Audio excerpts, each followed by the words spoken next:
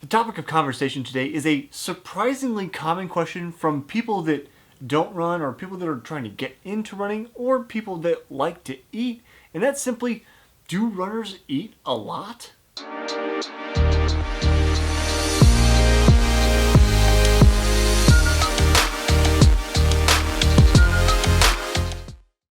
I'm Jesse Funk, the founder of SoulPre.com and the host of this show, Runner's High, where we talk about everything running, from eating to training to gifts to anything in between. So if you like running, hit subscribe, stick around with me for more episodes on this channel every single week. Now, the question of do runners eat a lot has a both simple yet not simple answer. I mean, I guess you can say yes. But you also go, okay, let's be a little more analytical. What is a lot? And then you can get really granular with it. But I think when you think about, like, compared to what the average American diet should be, or the average consumption, then yes. And the reason this is because we burn extra calories. So by extension, anybody that's working out a fair amount is going to eat, quote unquote, a lot. It is going to be more so the tendency of runners because, as we discussed in one of my other videos, talking about how long does it take to burn 1,000 calories running, we know that we burn roughly 100 calories per mile.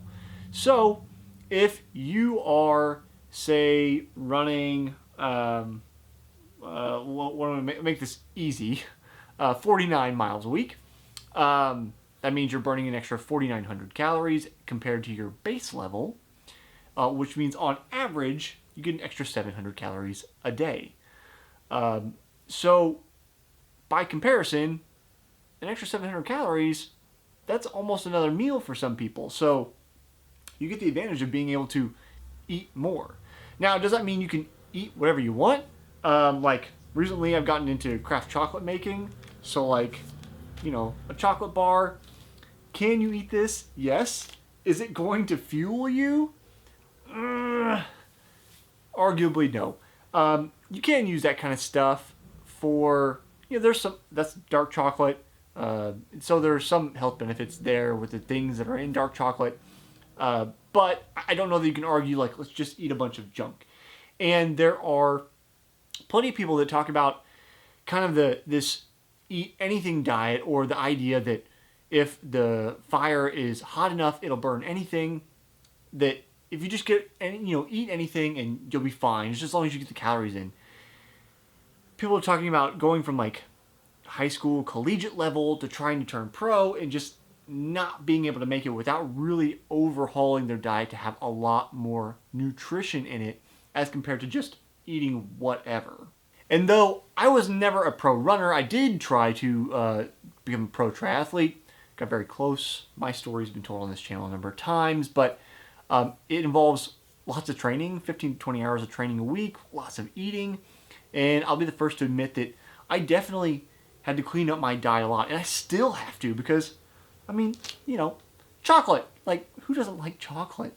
I like making chocolate. I like making ice cream. I like these things, but you have to be careful because those don't necessarily fuel you. It's great to have a treat, and many people have treats, especially after races when you've been working really hard. But when you have to figure out what to eat and you have no basis of history in that, it's difficult. I know that over the years, when I made these decisions to, like, okay, I want to clean up my diet, I want to eat better, I'll go, okay, I'm not going to, say like ice cream. I used to eat a ton of ice cream as a kid. Say, okay, I'm going to not eat ice cream anymore. Well, what did you replace it with? In my case, when I didn't have a history of eating something else, then I just lost those calories. And then you fall off the wagon. So I see it as a figuring out, number one, what are you going to? And then what are you replacing?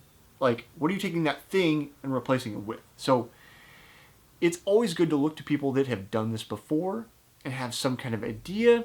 And that's why there is a great book that any of my guests on the Smart Athlete podcast that focus on food or running tend to talk about this particular book.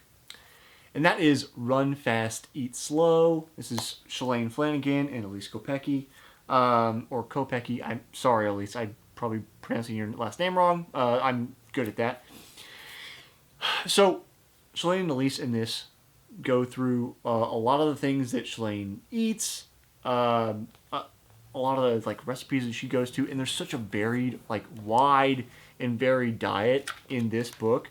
Things that if you grew up with food like I grew up with, where we joked about it's yellow meal number 3, where it's like carbs and carbs and carbs and cheese, and just it can get you by, but like I didn't grow up with a wide and varied diet, so it's like part of it, it's learning to try new things, figuring out new flavors, which you like, and taking one step at a time.